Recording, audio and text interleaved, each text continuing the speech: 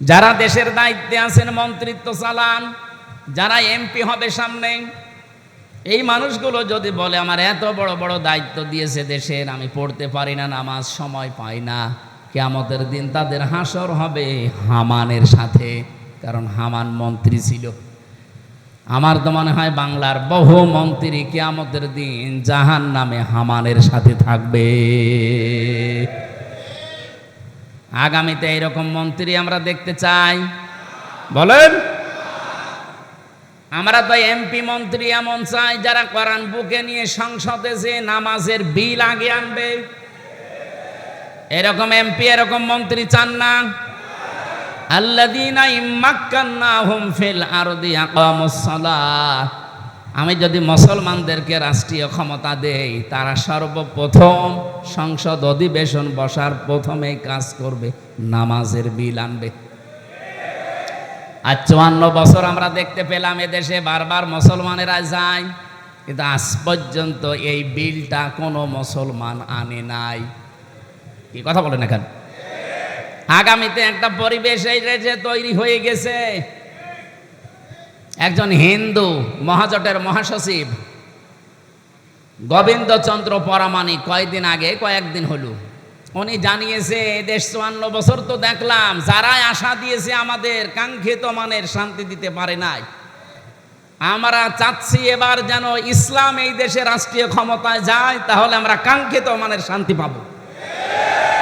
একজন হিন্দু মানুষ যদি এ কথা বলতে পারে, আপনাকে কি পাগলা কুত্তায় কামড় দিয়েছে? আপনার এ কথা বলা উচিত ছিল না? যে সব দেখা শেষ এবং কোরআনের বাংলাদেশ এবার দেখতে চাই।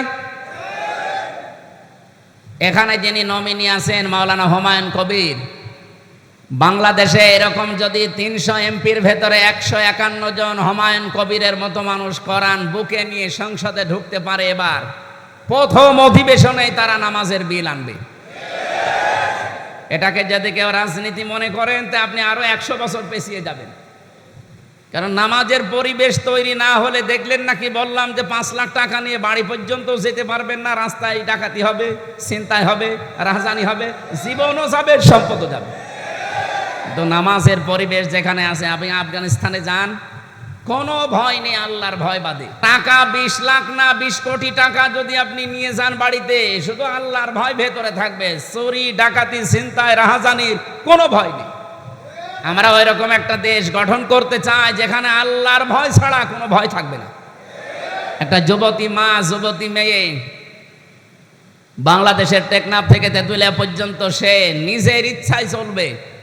তার যত সম্পদ শরীরের ভেতরে থাক, তার ভয় থাকবে শুধু ভেতরে আল্লাহর। কার? অন্য কোনো ভয় তার ভেতরে আর জায়গা পাবে না, কারণ সেরকম পরিবেশ তৈরি করা হবে ইনশাআল্লাহ। আমার ভাইরা, এই জন্য রাষ্ট্রের দায়িত্ব থাকার দোহাই দিয়ে যারা এতদিন নামাজ পড়েননি, আগামীতে কেউ যদি রাষ্ট্রের দায়িত্ব, আমরা বাংলাদেশে 300 এমপি যদি এরকম পেতাম যে যারা নামাজ পড়াতে পারে, আমার মনে হয় এই দেশে অনেক দুর্নীতি কম হয়ে যেত। এক একজন এমপির আন্ডারে যত বাজেট হয়, আমি এই দেশ সম্পর্কে যতটুকু জানি, সেদিন এক রাজনীতিবিদ আমাকে বলছিল যে আমি সারা জীবন রাজনীতি করছি, আমি দেখেছি এই দেশে যত বাজেট হয় রাস্তার কালভার্টের জন্যে, এই টাকাগুলো 100 টাকা বাজেট হলে 3 টাকা খরচ হয়, আর 97 টাকা উপর থেকে নিচ পর্যন্ত আসতে আসতে আল্লাহর বান্দারা খেয়ে ফেলে। বলেন তো, এই যে রাস্তাটা, এটা 100 টাকা দিয়ে বানালে 100 বছর যাওয়ার কথা, যদি 3 টাকা দিয়ে বানায় 3 বছর, আর 3 বছর পরে দেখবেন রাস্তা হয়ে গেছে ডেলিভারি রোড। কথা বলে না কেন? আমার মনে হয় এই গোপালপুর থেকে যদি হাসপাতাল পর্যন্ত কোনো মেয়ে লোকের পেটে সন্তান থাকে 8 মাস 9 মাস 10 মাস, পরে যদি নিয়ে যান, এমন এমন রাস্তা আছে, ও হাসপাতালে যাওয়ার আগেই সন্তান রাস্তায় হয়ে যাবে। অনেকে আবার বলছে এটাও তো ভালো, খরচ তো বেঁচে গেল। কত বড় শয়তান! আমি এ কথা আন্দাজে বলছি না, গ্যারান্টি আছে এবং আমার কাছে তথ্য আছে। আমার দাদা নিজে চেয়ারম্যান ছিলেন, উনি আমারে বলতেন বেঁচে থাকা অবস্থায় যে যত টাকা বাজেট হয় রাস্তার জন্য সবগুলো যদি আমরা খরচ করতে পারতাম, ডানে বামে যদি না যেত, এদেশে 1 ইঞ্চি রাস্তা কাঁচা থাকার কথা না। আমি বাইরের দেশে বিশেষ করে Singapore, Malaysia, Thailand, Bahrain, Indonesia এই সমস্ত দেশগুলোতে যখন গিয়েছি, তাদের রাস্তার যে অবস্থান, তাদের 100 টাকা রাস্তায় বাজেট হলে 97 টাকা খরচ হয়, 3 টাকা এদিক ওদিকে যায়। আর আমাদের 3 টাকা খরচ হয়, 97 টাকা মেরে খায়। তাই আমরা দাঁড়াবো কি করি? কি কথা বলেন না কেন? কিন্তু আপনাদের এখানকার যিনি নমিনি, বাংলাদেশ জামাত ইসলামী থেকে যাকে দেওয়া হয়েছে মাওলানা হুমায়ুন কবির, আমিরে জামাত ডাক্তার শফিকুর রহমান হাফিজাহুল্লাহ, উনি ঘোষণা দিয়েছেন এই দেশে 300 এমপি জামাত থেকে মনোনয়ন দেওয়া হয়েছে। এরা যদি পাশ করে, এদের 5 বছর পরে 1টা টাকা বাড়বে না, যা আছে আরো কমে যাবে। আমি গ্যারান্টি চাই, বাংলাদেশে এখনো 73টার উপরে রাজনৈতিক দল আছে, সব দল যেন এই ঘোষণা দেয় যে আমার দল থেকে কেউ এমপি হলে 5 বছর পরে তার 1টা টাকা বাড়বে না, যা আছে আরো কমে যাবে। আমার মনে হয় অন্য দল থেকে অনেকে এমপি দাঁড়াবে না, বলবে ও দরকার কি আমার। কারণ অন্য দল তো আমরা 54 বছরে দেখলাম, ওরা 20 কোটি টাকা যদি নির্বাচনে খরচ করে, 5 বছরে 100 কোটি টাকার মালিক হয়। আর মাওলানা হুমায়ুন কবির 20 কোটি না, 20 টাকাও খরচ করবে না, এই জন্য তার 20টা টাকা বাড়বেও না। আমরা গ্যারান্টি দিতে পারি যে টাকা বাজেট হয়, এই টাকা যদি এলাকার মানুষকে দেওয়া যায়, ভেসে যাবে। এত টাকা বাজেট হয়, হাজার হাজার কোটি টাকা আসে, কিন্তু মন্ত্রণালয় থেকে শুরু করে, সচিবালয় থেকে শুরু করে, এই গ্রামের মেম্বার পর্যন্ত আসতে আসতে 97 টাকা শেষ, 3 টাকার কাজ হয়। রাস্তা টিকবে কি করে?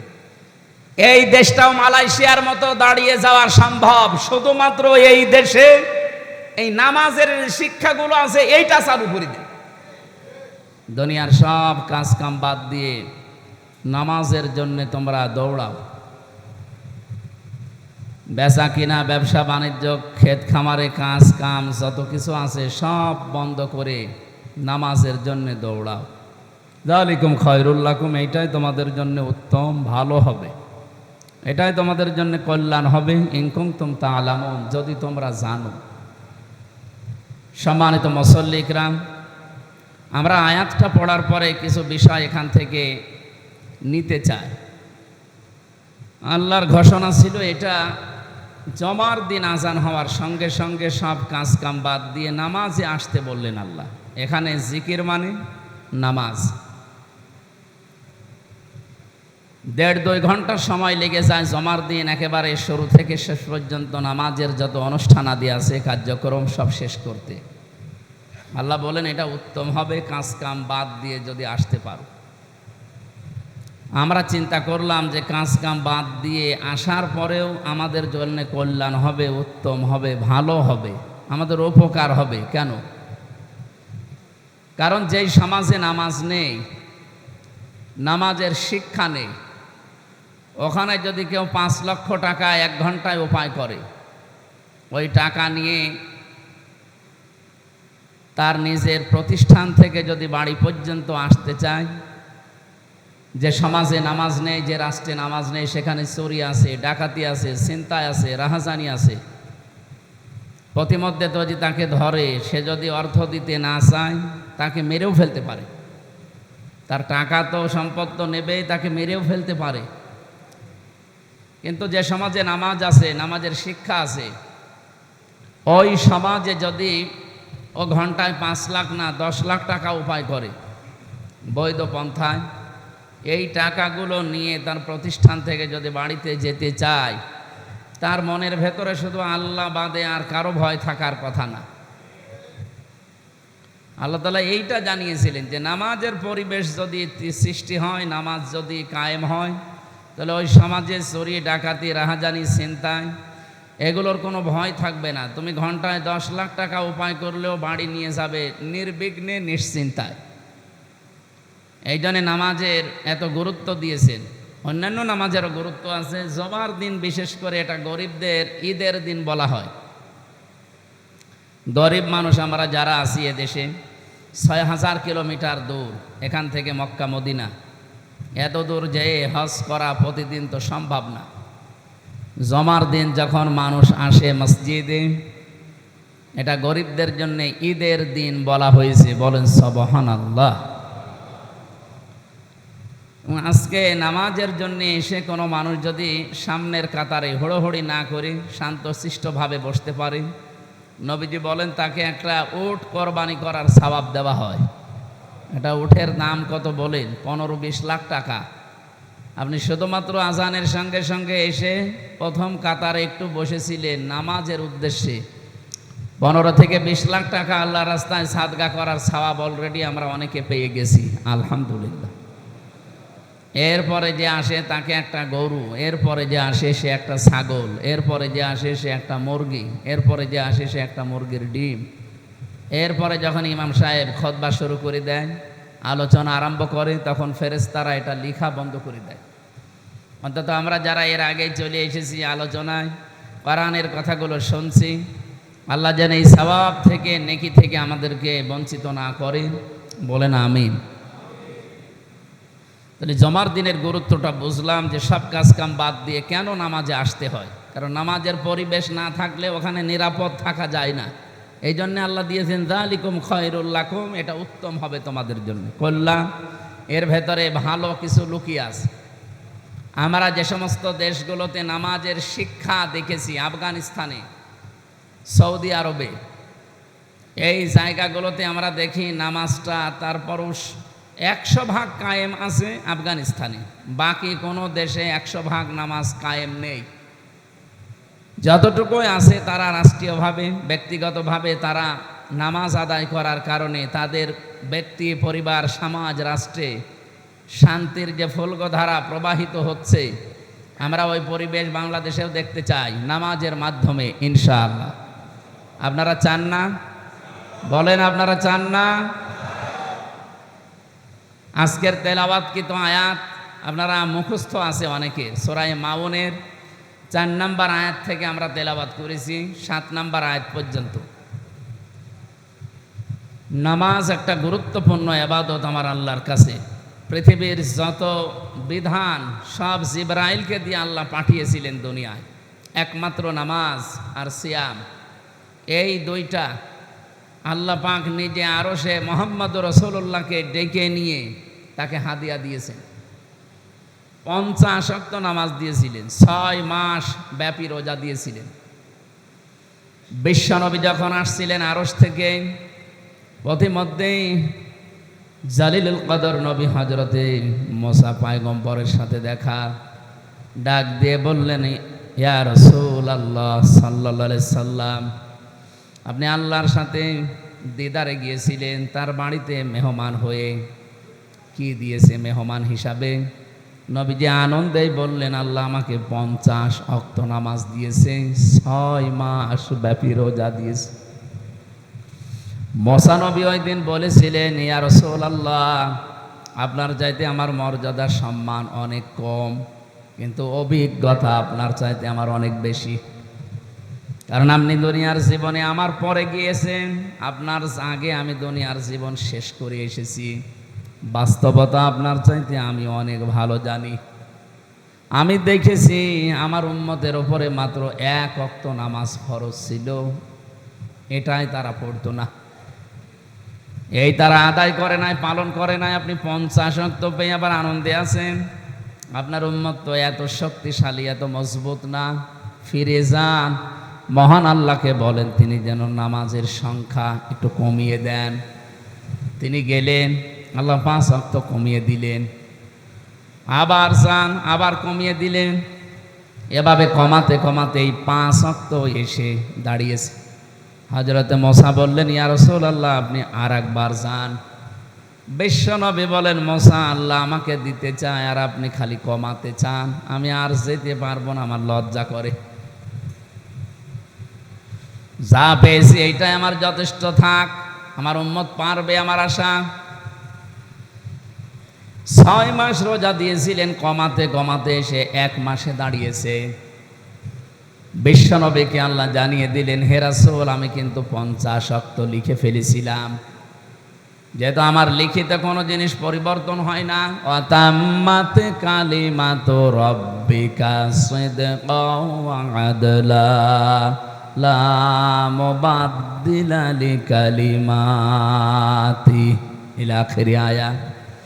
সূরা আনআমের 115 নম্বর আয়াতের প্রথম অংশে আছে আল্লাহ পাক বলেন, আমার যে কালাম, আমার কথা, এটা পরিপূর্ণ সত্য এবং ইনসাফ দিয়ে। 3 নম্বরে আমার কথা কোনোদিন রদ বদল হয় না, পরিবর্ধন হয় না।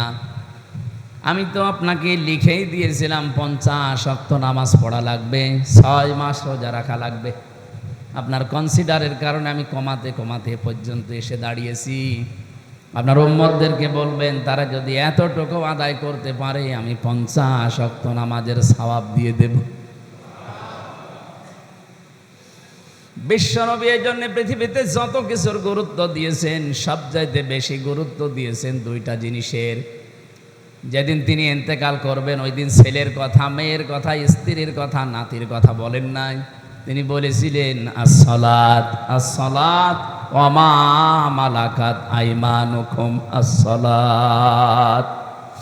আমার উম্মতেরা জীবনে যাই করো নামাজ ছেড়ে দিও না। আর অধীনস্থ লোক যারা আছে এদের সাথে ভালো ব্যবহার করবা। জীবনের শেষ কথা ছিল তার এই 2টা। বাংলাদেশের বিভিন্ন প্রান্ত থেকে যারা এই মসজিদে 201 গম্বুজ মসজিদে এসেছেন নামাজ আদায় করার জন্যে, কান খাড়া করে শোনেন, জীবনে যত কিছুই হয়ে যাক নামাজ বাদ দেওয়া যাবে না। নবীজি বলেন, মেয়েদের যখন সন্তান পৃথিবীতে আসে প্রথমে পানি দেখা যায়, এরপরে রক্ত দেখা যায়, এরপরে সন্তানের মাথা বের হয়। কোনো মহিলার যদি লজ্জা স্থানে অলরেডি পানি চলে এসেছে, এমন সময় যদি নামাজ আরম্ভ হয়ে যায় যে নামাজে রক্ত চলে এসেছে, তোলার ভেতরে মেয়েটাকে বিছিয়ে দিয়ে বলো যে নামাজ পড়তে। আমার মুসলমান ভাইরা, কত গুরুত্বপূর্ণ আপনি চিন্তা করেন। যেখানে জীবন মরণ নিয়ে টানাটানি, সন্তানের মাথা অলরেডি বের হয়ে গেছে, এত বড় কঠিন পরিস্থিতিতে যে আল্লাহ আমাদেরকে নামাজ পড়তে আদেশ দিতে পারেন, আমরা যারা সুস্থ সবল ভালো মানুষ নামাজ পড়ি না। আল্লাহ বলেন, যারা সুস্থ থাকার পরেও নামাজ পড়ে না, আমি আল্লাহ নিজে তাদের দায়িত্ব ছেড়ে দেই। বলেন নাউজুবিল্লাহ। জীবনের শেষ দিন তিনি এ কথা বলার পরে যখন অসুস্থ হয়ে একেবারে বিছানাগত, নবীজি ডাক দিয়ে বললেন, আয়েশা, আমার সামনের যে মসজিদের দরজা আছে একটু খুলে দাও, আমার মাথাটা একটু 3-4 জন মিলে উঁচা করে ধরো। দরজা খুলে দেওয়া হয়েছে, নবীজির মাথাকে উঁচা করে ধরা হয়েছে। নামাজের দৃশ্য দেখলেন, কাতার সোজা করে মানুষ নামাজে দাঁড়িয়ে আছে। বিশ্ব নবী বললেন, আমাকে আবার কাত করে শুয়ে দাও। তিনি শুয়ে পড়লেন। হযরতে আয়েশা বলেন, হে রাসূল, আপনি নামাজের দৃশ্য দেখে কাঁদতেছেন, চোখের কোণায় আপনি পানি দেখতে পাচ্ছি, কাঁদেন কেন? এটা তো কাঁদার দৃশ্য না। নবীজি বলেন, আয়েশা, এটা আমার দুঃখের পানি না, এটা আমার তৃপ্তির পানি। এই নামাজ কায়েমের জন্য ওহদের ময়দানে আমার দাঁত ভেঙে গেছে, আমার মাথার ভেতরে কড়া পর্যন্ত প্রবেশ করেছে।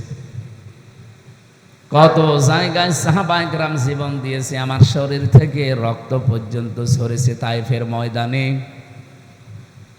আজকে যে দৃশ্যটা দেখলাম নামাজের, আমার মন বলতেছে কিয়ামত পর্যন্ত আমার উম্মত দুনিয়ায় যারা আসবে এভাবে কাতারবদ্ধ হয়ে তারা জামাতে নামাজ আদায় করবে। এই উদ্দেশ্য নিয়ে এখানকার যিনি দায়িত্বে আছেন জনাব রফিকুল ইসলাম, বীর মুক্তিযোদ্ধা, এবং তার ভাই মাওলানা হুমায়ুন কবির সহ তার পরিবারস্থ লোকরা এই মসজিদটা এলাকার মানুষকে সাথে নিয়ে বানিয়েছে জামাত কায়েম করার জন্যে। নামাজের জামাত। কিসের নামাজ? কিসের জামাত বলেন তো? নামাজের জামাত। আল্লাহ পাক জানিয়েছেন কোরআনে, ওয়াকিমুস সালাতা ওয়া আতুজ যাকাতা ওয়ারকাউ মা'আর রাকিঈন। সূরা বাকারার ভেতরে এসেছে তোমরা নামাজ কায়েম করো, সম্পদ থাকলে যাকাত আদায় করো, আর রুকুকারীদের সাথে রুকু করো, তার মানে জামাতবদ্ধ হয়ে নামাজ পড়ো। এই জন্য জামাতবদ্ধ হয়ে নামাজ আদায় করা এটা কিন্তু ফরজ। কোন কোন ইমাম বলেছে এটা ওয়াজিব। ইমাম আবু হানিফা রহমতুল্লাহ আলাইহির মত, নামাজ আদায় করা জামাতে এটা যে কত বড় গুরুত্বপূর্ণ কাজ। একজন অন্ধ পর্যন্ত এসে রাসূলুল্লাহকে বলেছিল, হে রাসূল, মসজিদ থেকে আমার বাড়ি একটু দূরে, আমি তো সবসময় সাথী সঙ্গে পাই না, মানুষজন পাই না, আমি তো একা একা চলতেও পারি না। নামাজের জামাতের যে গুরুত্বের কথা আপনি বলছেন, আমি তো এগুলো পাবো না, আমাকে একটু ছাড় দেওয়া যায় না, রুখসত দেওয়া যায় না? নবীজি বললেন, ঠিক আছে, তোমাকে ছাড় দিলাম, রুখসত দিয়ে দিলাম, যাও। লোকজন না পেলে তোমার মসজিদে আসার দরকার নেই, বাড়িতেই নামাজ পড়ে নিও। হাদিস বর্ণনাকারী সাহাবী হযরত আবু হুরায়রা বলেন, লোকটা যখন হেঁটে চলে যাচ্ছিল অন্ধটা, নবীজি আবার তাকে ডাকলেন, জিজ্ঞাসা করলেন, তোমার কান ভালো আছে? বলে হ্যাঁ। তুমি কি আজান শুনতে পাও? বলে হ্যাঁ। আমার নাই চোখ খারাপ, কিন্তু কান তো আমার ভালো আছে, আমি মসজিদের আজান শুনতে পাই। নবীজি বললেন, মুয়াজ্জিনের আজানের জবাব দিবা, আর নিজের বাড়ি থেকে মসজিদ পর্যন্ত একটা রশি টাঙিয়ে রাখবা। নামাজের সময় হলে রশি ধরে ধরে এসে জামাতে হাজির হবা। একজন অন্ধকে পর্যন্ত নবীজি ছাড় দেননি, আর আমরা তো ভালো মানুষ, হাতে পায়ে ধরে আপনাদেরকে আমি বলি, কে কোন আদর্শ মানেন, দল করেন, ওটা এখন পরে। আপনি আল্লাহর বান্দা থাকতে চাইলে আপনাকে নামাজ মাস্ট বি পড়া লাগবে। নবীজি বলেন, কাফের বান্দা আর মুসলমান ইমানদার বান্দার ভেতরে পার্থক্যই এই নামাজ। যে নামাজ পড়ে সে মুসলমান, আর যে নামাজ পড়ে না সে কাফের হয়ে গেল। বলেন নাউজুবিল্লাহ। কোরআনে কারীম জানিয়েছে, সূরা তাহা 132 নম্বর আয়াতে আছে, ওয়া'মুর আহলাকা বিস-সালাতি ওয়াসতাবির আলাইহা লা নাসআলুকা রিজকা নাহনু নারযুকুকা ওয়াল আকিবাতু লিত-তাকওয়া। হে নবী, আপনি নিজে নামাজ আদায় করেন, পরিবারস্থ লোকদেরকে আপনি আদেশ দেন তারাও যেন নামাজ পড়ে। আমি আপনার কাছে রিজিক চাই না, রিজিক আমি আপনাকে নিজেই দান করে থাকি। আর শুভ পরিণাম যারা মুত্তাকি, তাকওয়া অবলম্বন করে জীবন চালাবে, তাদের জন্য অপেক্ষা করছে। নবীজির প্রতি যত নির্দেশ ছিল এই পৃথিবীতে, আমি কোরআন পড়ে হাদিস পড়ে সবচাইতে বেশি গুরুত্বপূর্ণ নির্দেশ হিসাবে আমার নজরে এসেছে এই সালাত, এই নামাজ। এই জন্য আহ্বান জানাবো, জীবনে আর যাই করেন নামাজ ছেড়ে দেওয়া যাবে? অনেকে বলে আমি শেষ বয়সে নামাজ আরম্ভ করব। নামাজ ভালো কাজগুলো যখন শুরু করব, আগে অন্যায় কাজ ছেড়ে দেই, এরপরে নামাজ শুরু হবে না। খারাপ কাজ কোনোদিন ছেড়ে দিয়ে নামাজ আরম্ভ করবেন, এটা শয়তান জীবনও আপনাকে সুযোগ করে দেবে না।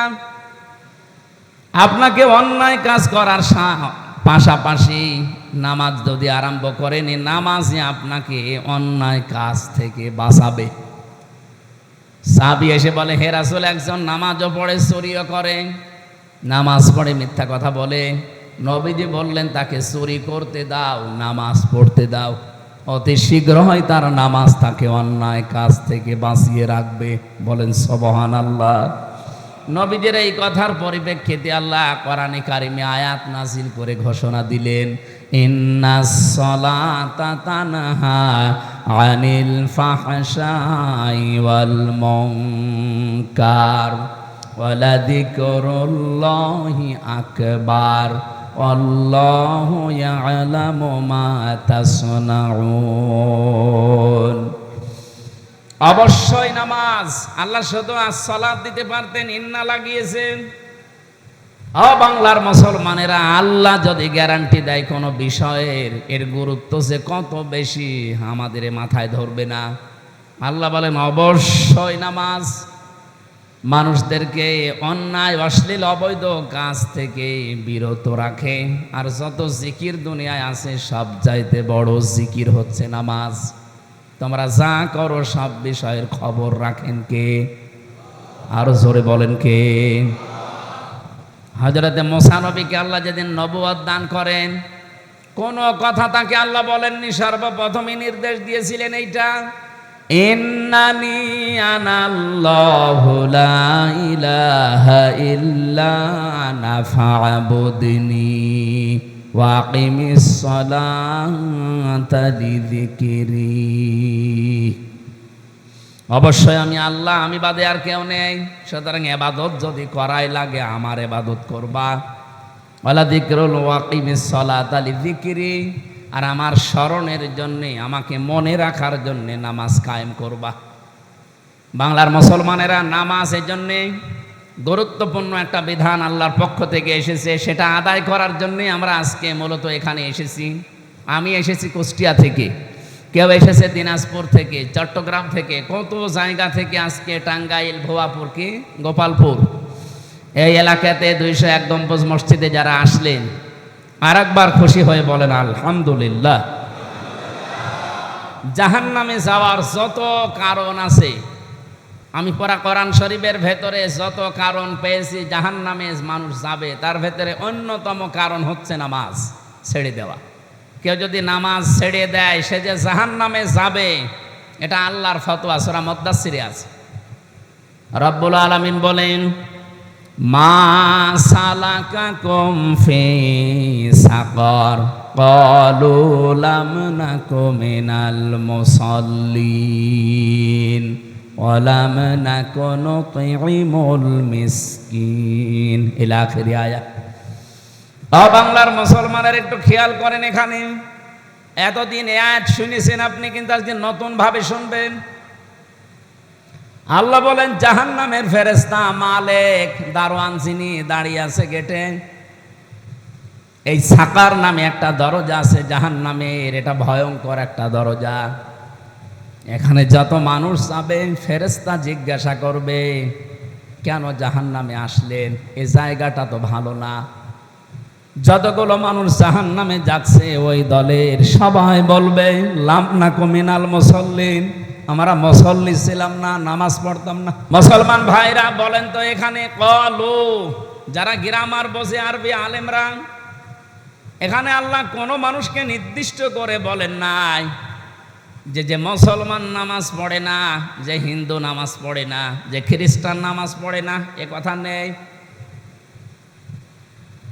যেহেতু আল্লাহ ক্বালু লাম নাকু মিনাল মুসাল্লিন দিয়েছেন, যারা নামাজ পড়ে না তারা সবাই এক বাক্যে এই কথা বলবে যে জাহান্নামে সাকারে এসেছি, আমরা নামাজ পড়তাম না। তাই আমার প্রশ্ন হচ্ছে, ইহুদিরা নামাজ পড়ে?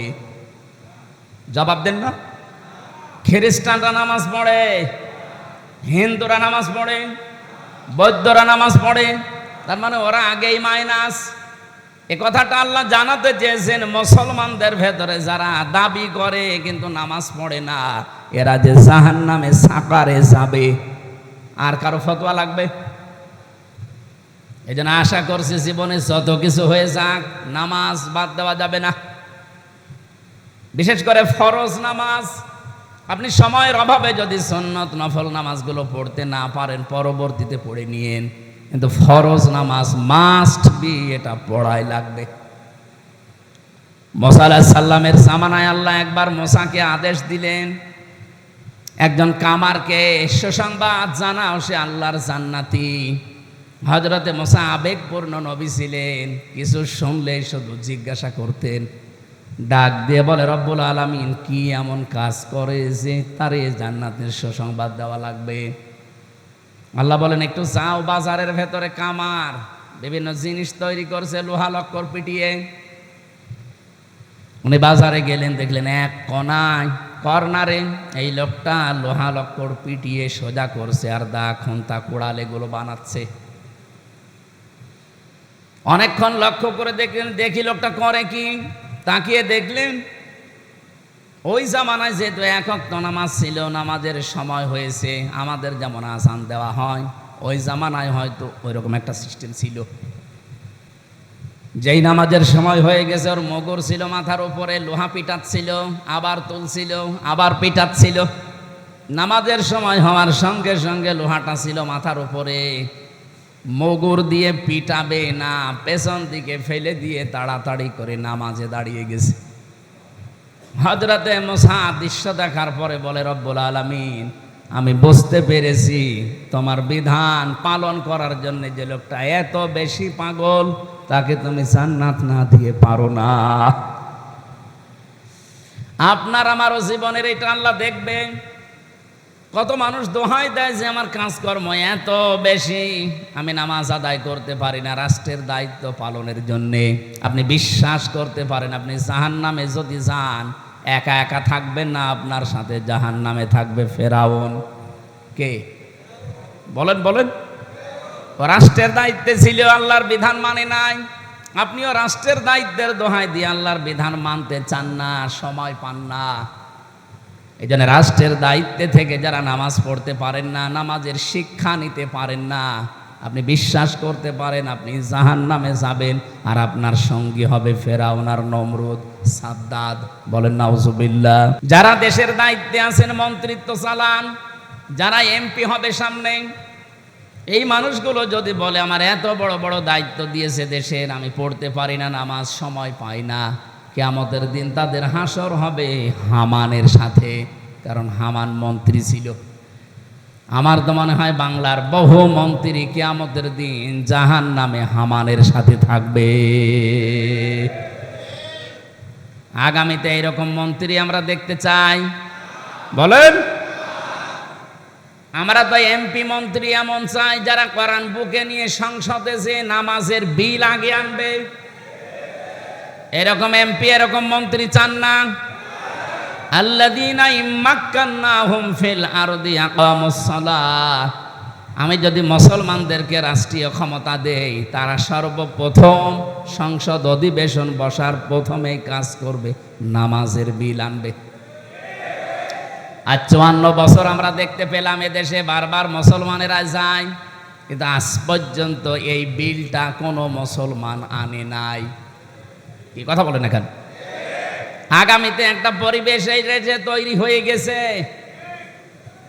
একজন হিন্দু মহাজোটের মহাসচিব গোবিন্দচন্দ্র পরামানিক কয়েকদিন হলো উনি জানিয়েছে, দেশ 54 বছর তো দেখলাম যারাই আশা দিয়েছে আমাদের কাঙ্ক্ষিত মানের শান্তি দিতে পারে নাই।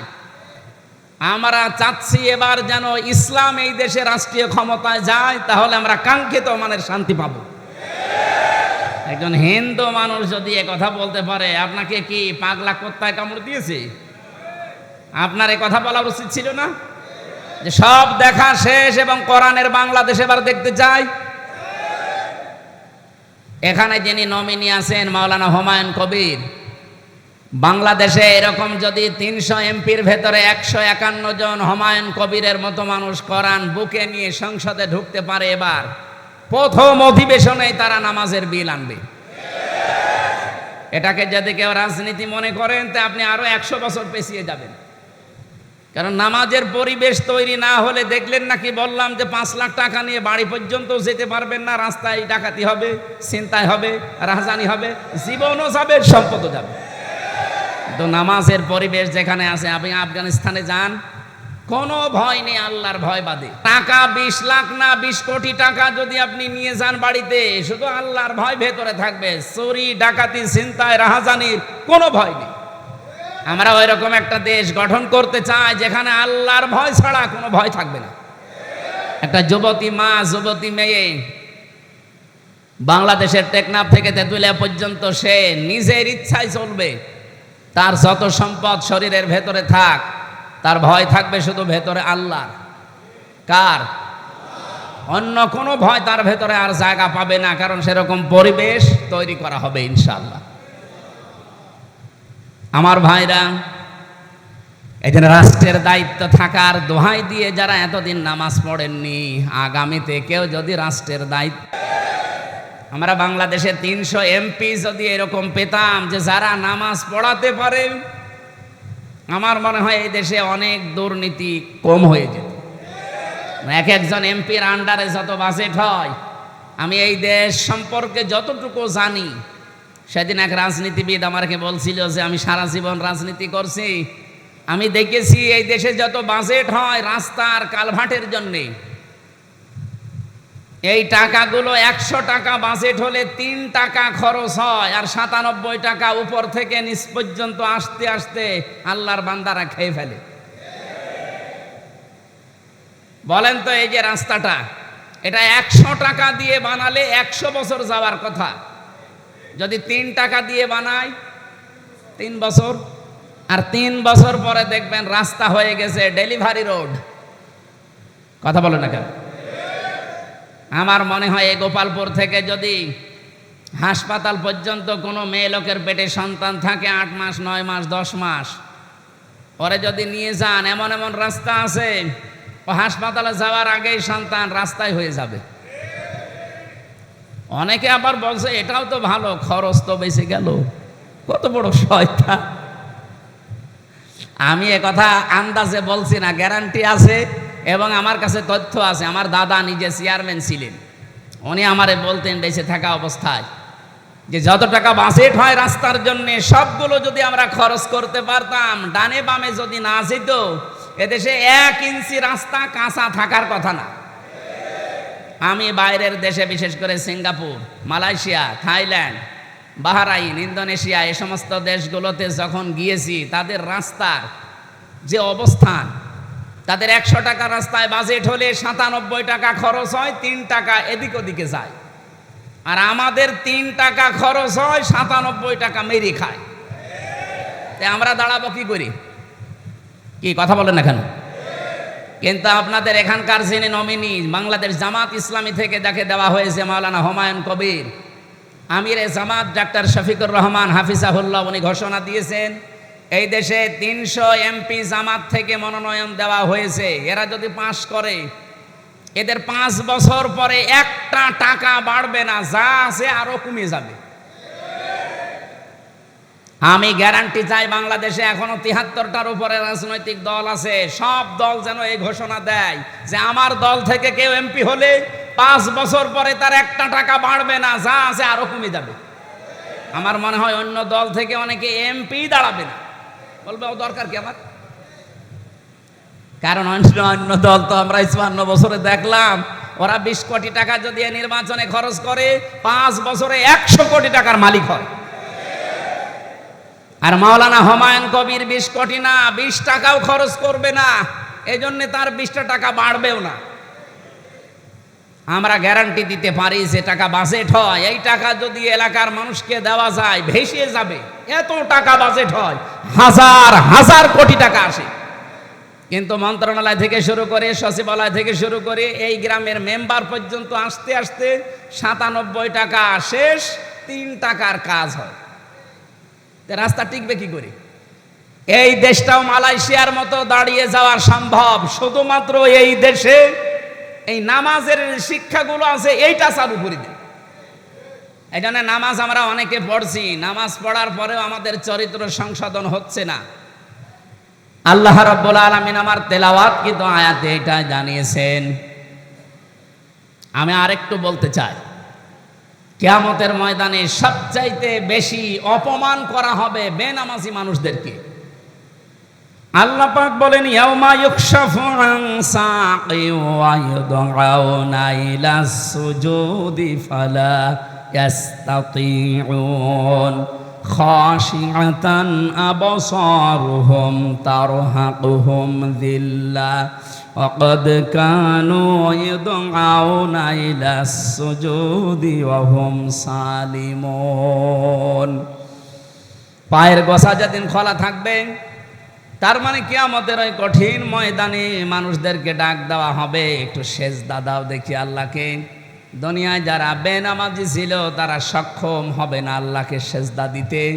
লাঞ্ছনা, অপমান, অপদস্থ তাদের চেহারার ভেতরে ঝেঁকে বসবে, ফুটে উঠবে। আল্লাহ আমাদেরকে যেন রক্ষা করেন, বলেন আমিন। নামাজ পড়লে এই যে পুরস্কারের কথাগুলো শুনলেন, নামাজ না পড়লে কি সেইটা আজকের আলোচনার বিষয়। ফাওয়াইলুল লিল মুসাল্লিন, আল্লাহ বলেন ধ্বংস হয়ে যাক ওই মানুষগুলোর জন্য, আক্ষেপ আফসোস যারা নামাজ পড়ে।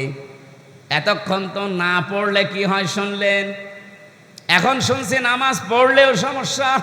ফাওয়াইলুল লিল মুসাল্লিন, মুসল্লিদের জন্য আক্ষেপ, আফসোস, মুসল্লিরা ধ্বংস হয়ে যাবে।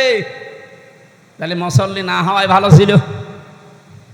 নামাজ না পড়লে এতক্ষণ শুনলেন কি কি হয়, কত রকমের যন্ত্রণা সামনে আসতেছে। আর নামাজ পড়লেও সমস্যা। কোন নামাজ পড়লে সমস্যা? আল্লাযীনা হুম আন সালাতিহিম সাহুন। ওই নামাজিগুলোর জন্যে ধ্বংস, ওই নামাজিগুলোর জন্যে আক্ষেপ, আফসোস, যারা নামাজ সম্পর্কে উদাসীন, বেখবর। সাহুন শব্দের ব্যাখ্যা আমি তাফসিরে পেয়েছি 4টা। এদিকে তাকান। এই পৃথিবীতে যারা নামাজ পড়ে কিন্তু 4টা বিষয় তারা মানে না, ওই মানুষগুলো নামাজ পড়েও ধ্বংস হবে, জাহান্নামে যাবে। 1 নম্বরে নামাজের ভেতরে যাদের খুশু খুজু নেই। প্রশ্ন আসতে পারে, খুশু খুজু এটা কি? নামাজের ভেতরে মন তৈরি করা। নবীজি বলেন, মানুষ যখন নামাজে দাঁড়াবে সে যেন এই মনে করে দাঁড়ায় যে আমি আল্লাহর সামনে দাঁড়িয়ে আছি, আমি আল্লাহকে দেখতে পাচ্ছি।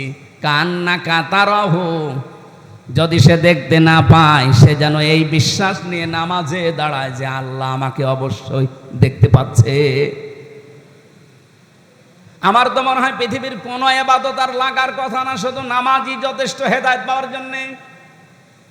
আপনি যদি এই মন নিয়ে দাঁড়াতে পারেন যে আমি আল্লাহকে দেখতে পাচ্ছি, যেমন হযরতে তালহা রাদিয়াল্লাহু তাআলা আনহু পেয়েছিলেন। তিনি নামাজে দাঁড়িয়ে আছেন, তার বাচ্চাটা, ছোট্ট বাচ্চা খেলা করছিল। পাহাড়ি এলাকা থেকে একটা সাপ এসে জড়িয়ে ফেলেছে। নামাজ শেষ পর্যন্ত নামাজে আছে, স্বামী নামাজে আছে, স্ত্রী চিন্তা করলেন রাখা যাচ্ছে না, কি করা যায়। আশপাশের লোকজন নিয়ে এসে সাপটাকে মেরে বাচ্চাটাকে বিপদমুক্ত করে বসে আছে। নামাজ শেষ করে তিনি জিজ্ঞাসা করলেন, স্ত্রী এতগুলো মানুষ বাড়ির ভেতরে কি করেন? হযরতে তালহার স্ত্রী বলে, স্বামী আমার, আপনি যখন নামাজে দাঁড়িয়েছিলেন একটা সাপ এসে জড়িয়েছিল বাচ্চাটাকে, আপনি নামাজে আছেন এই জন্য আপনাকে ডাকি নাই। আমরা সাপটাকে বিপদ মেরে ফেলেছি, বাচ্চাটাকে বিপদমুক্ত করেছি। এতগুলো কাজ সব যে আপনার চোখের সামনেই তো ঘটতেছে, আপনি কিছুই কি টের পাননি? হযরতে তালহা বলেন, স্ত্রী, আমি যখন নামাজে ছিলাম আমার আল্লাহর সাথে আমার কথা হচ্ছিল। নামাজের ভেতরে যখন মন এদিকে ওদিকে চলে যায়, ওই নামাজ আর নামাজ থাকে না। আমি যখন তেলাওয়াতে বলছিলাম আলহামদুলিল্লাহি রাব্বিল আলামিন, আমি যেন শুনতে পাচ্ছি আমার মাবুদ আমাকে জবাব দিচ্ছে, সাদ্দাকতা ইয়া আব্দি, আমার বান্দা সত্য কথা বলেছে। জোরে বলুন সুবহানাল্লাহ। তারা নামাজের ভেতরে আল্লাহর শব্দ শুনতে পেয়েছে। আর আমরা নামাজের ভেতরে কয়টা ফ্যান আছে গুনি নেই। কি খোসো খোসো নামাজে লাগবে? নামাজের ভেতরে যে 19টা কারণ আছে নামাজ নষ্ট হয়ে যাওয়ার, ভেঙে যাওয়ার, তার ভেতরে অন্যতম কারণ এই নামাজে মন এদিক ওদিকে চলে যাওয়া। মানুষ আমরা যা আমাদের ইমানের যা অবস্থা এদিক ওদিকে যাবে, কিন্তু ফিরিয়ে নিয়ে আসা লাগবে আমাদের। আল্লাহ আমাদেরকে ওই রকম ফিরানোর তৌফিক দেন, আমিন। 2 নম্বরে নামাজে খুশু খুশু হলেই শুধু হবে না, নামাজের ভেতরে ইমাম নির্বাচন করা লাগবে ইমামের মতো। এখান থেকে নামাজ শিক্ষা দেয় আমাদের ব্যক্তি, পরিবার, সমাজ আর রাষ্ট্র চালাতে। এই মসজিদটার ইমাম যিনি আছেন তাকে নিয়োগ দেওয়ার জন্য কত কিছু আপনারা দেখেছেন। বলেন, তার দাড়ি সুন্নতি কায়দায় আছে কিনা, সে নিজে ইসলামের উপরে চলে কিনা, এমনকি তার পরিবার পর্যন্ত পর্দায় থাকে কিনা, এইটাও দেখা হয়েছে। হয়নি? বলেন বলেন। অথচ বাস্তবতা আমরা এইটা যদি আর সমাজে আর রাষ্ট্রে নিয়ে যেতে পারতাম, যে একটা মসজিদের ইমাম মাত্র 1 ঘন্টা নামাজ পড়ায় 24 ঘন্টার ভেতরে, 24 ঘন্টায় মাত্র 1 ঘন্টা তার দায়িত্ব নামাজ আদায় করানো। এর জন্য যদি এত কিছু দেখা লাগে, তারপরেও তো বাংলাদেশে কোনো মসজিদের ইমাম খতিবের কাছে কোনো বাজেট আসে না। আসে? বলেন বলেন। এনাকে নিয়োগ দেওয়ার জন্য এত কিছু দেখছেন, তাহলে যে এই দেশের যিনি মেয়র হবেন, যিনি উপজেলা চেয়ারম্যান হবেন, যিনি ইউনিয়নের চেয়ারম্যান হবেন, যিনি এমপি হবেন, 4.5 লাখ 5 লাখ মানুষের দায়িত্ব যার ঘাড়ের ওপরে, আর যিনি প্রধানমন্ত্রী হবেন, রাষ্ট্রপতি হবেন, 18 কোটি মানুষের দায়িত্ব যার ঘাড়ে। যেই সচিবের কাছে, ডিসির কাছে, এসপির কাছে, টিওনোর কাছে, ওসির কাছে, বিশেষ করে রাষ্ট্রের দায়িত্বে যারা আছে, জনগণের প্রতিনিধি, কত টাকা তার কাছে বাজেট আসবে আপনি বলেন? এই লোকটার চরিত্র আপনাদের ইমাম মুফতি আব্দুল্লাহ সাহেবের চাইতে 100 গুণ ভালো হওয়া লাগবে। এইটা এসেছিল নামাজ শিক্ষা দেওয়ার জন্য। এই শিক্ষাটা আজ আমরা নিতে পারি না। এই শিক্ষার কথা বলতে গেলে তখন রাজনীতি বলে।